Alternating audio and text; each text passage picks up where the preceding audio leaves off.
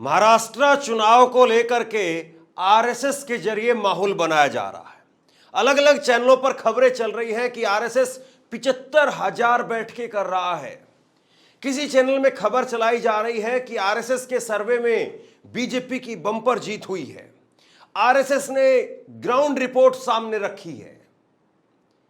ये आरएसएस की ground report है या व्हाट्सएप यूनिवर्सिटी की ग्राउंड रिपोर्ट है या दिहाड़ी मीडिया अपने से खुद से एक्स्ट्रा मेहनत करके आरएसएस के लिए माहौल बनाने का काम कर रहा है, इसी बात को समझेंगे।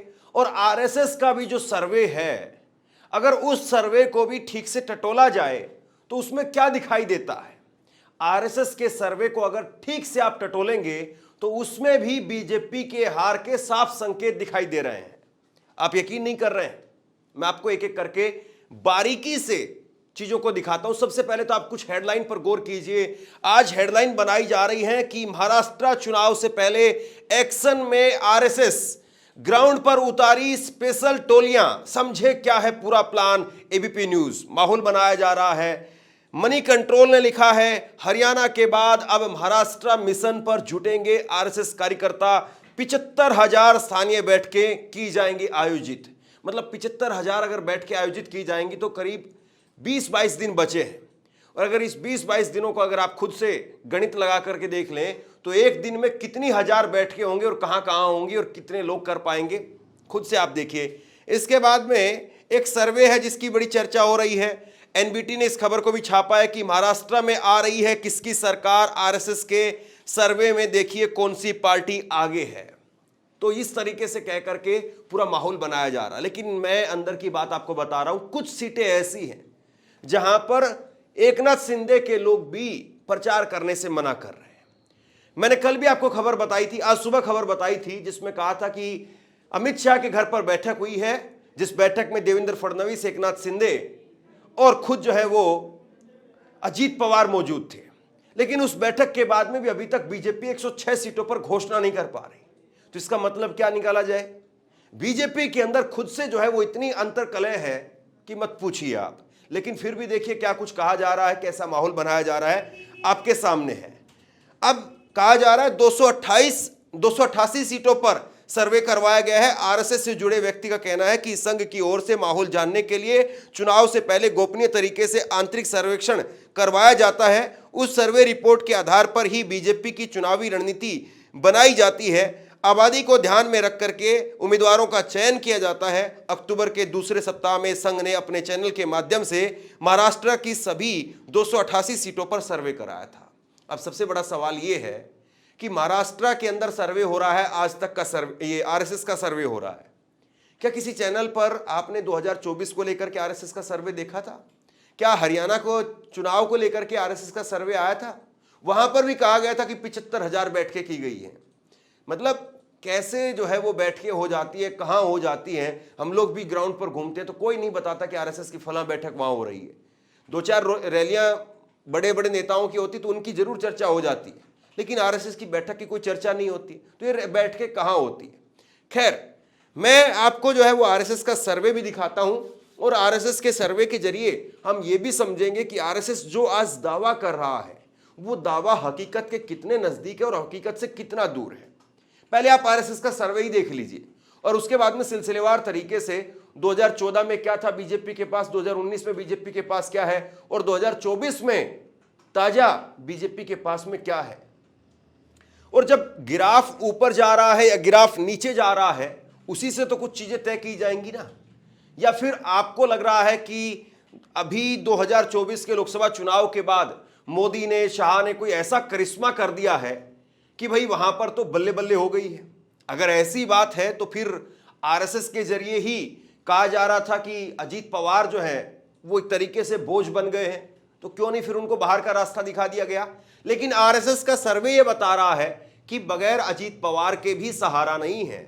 अजीत पवार को कुछ लोग बड़ी अलग अलग जगह पर जो है वो कह रहे थे कि बोझ बन गए अजीत पवार, लेकिन आरएसएस का सर्वे क्या कहता है आपकी स्क्रीन पर देखिए। एनबीटी ने ही इसको जो है छापने का काम किया है और एनबीटी ने सर्वे के अनुसार सीट बताई है कि महायुति को 160 सीटों पर जीत दर्ज कर रही है, जिसमें बीजेपी को 90 से 95 सीट, शिवसेना शिंदे को 40 से 50 सीटें और अजीत पवार की एनसीपी को 25 से 30 सीट मिल सकती है। यह सर्वे उन मतदाताओं पर केंद्रित था जिन्होंने लोकसभा चुनाव में बीजेपी से असंतुष्ट होकर के विपक्षी इंडिया गठबंधन को वोट दिया था। बहरहाल अब यह देखना रोचक है कि क्या सर्वेक्षण भविष्यवाणी सही साबित होती है, चुनावी मैदान में कोई नया मोड़ आता है। ये जो एक लाइन डाली गई ना इस पूरी खबर के अंदर कि ये सर्वे उन मतदाताओं पर केंद्रित था जो 2024 की लोकसभा चुनाव में बीजेपी से संतुष्ट नहीं थे, मतलब कि ये लाइन डाल करके इस खबर की क्रेडिबिलिटी बनाने की कोशिश की गई है। लेकिन जरा देखिए मोटे तौर पर आंकड़े देख लीजिए जो आरएसएस के सर्वे के आंकड़े हैं। आरएसएस के सर्वे का आंकड़ा यह बताता है कि कुल जो है इसमें 90 से 95 बीजेपी है, शिवसेना शिंदे को 40 से 50, एनसीपी अजीत पवार को 20 से 25 सीट मिल रही है और कुल जो है वो 160 सीटें यहां पर आरएसएस के सर्वे में मिलती हुई दिखाई दे रही है। 160 सीटें। अब जरा इसको एक साइड में रख लेते हैं, ये जो आरएसएस ने अपना सर्वे में बताया है। अब जरा मैं आपको दो पहले एक टेबल और दिखा देता हूं ताकि आप और अच्छे समझ पाएंगे।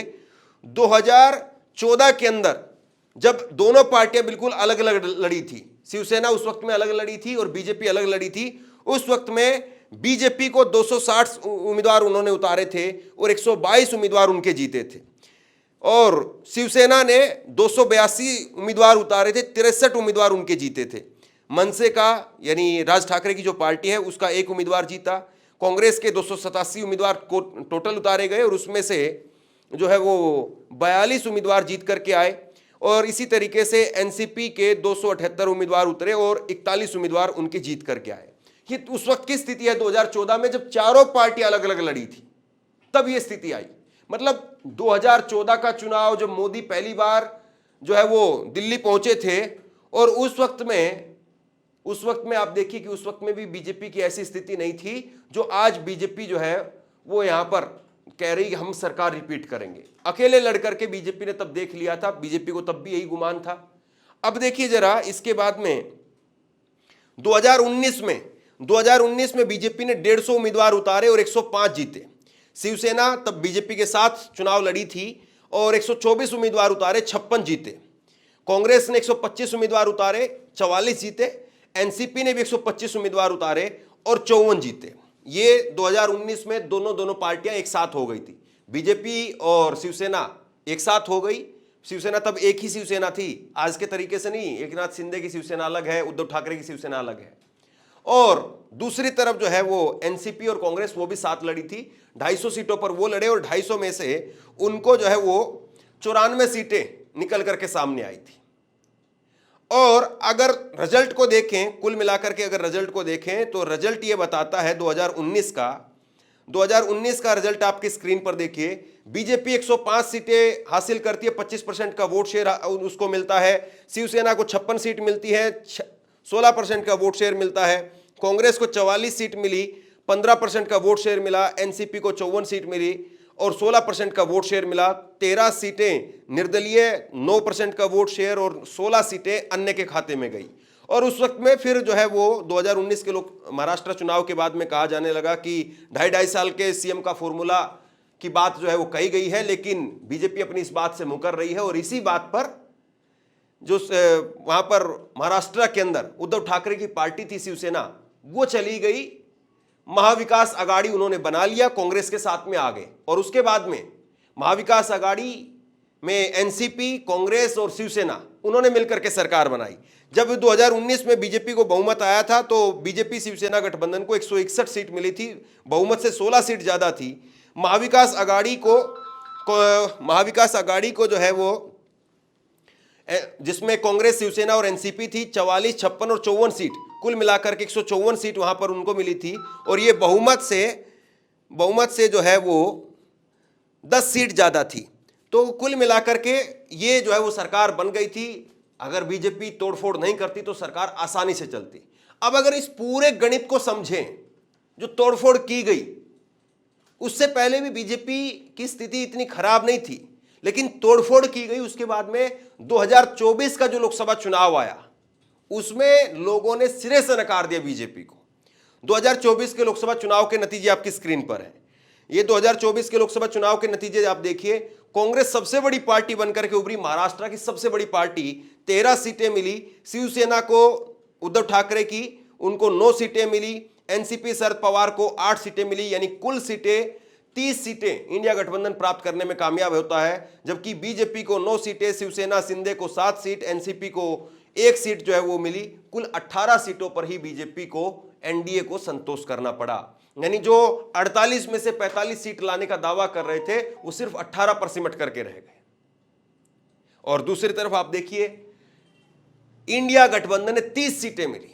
तो आज बताइए किस आधार पर यह कहा जा सकता है कि वहां पर 160 सीटें आरएसएस दे रहा है? दरअसल ये और कुछ नहीं है, आरएसएस ने भी जो सीटें दी हैं, मैंने लंबा चौड़ा जो है आपका समय लिया, पूरा गणित निकाला, इसलिए सिर्फ निकाला है और इसलिए सिर्फ आपको बताया है ताकि आप ये समझ पाए कि आरएसएस जो है वो मीठा एक तरीके से जो है वो खबर बना करके आपको देने की कोशिश कर रहा है।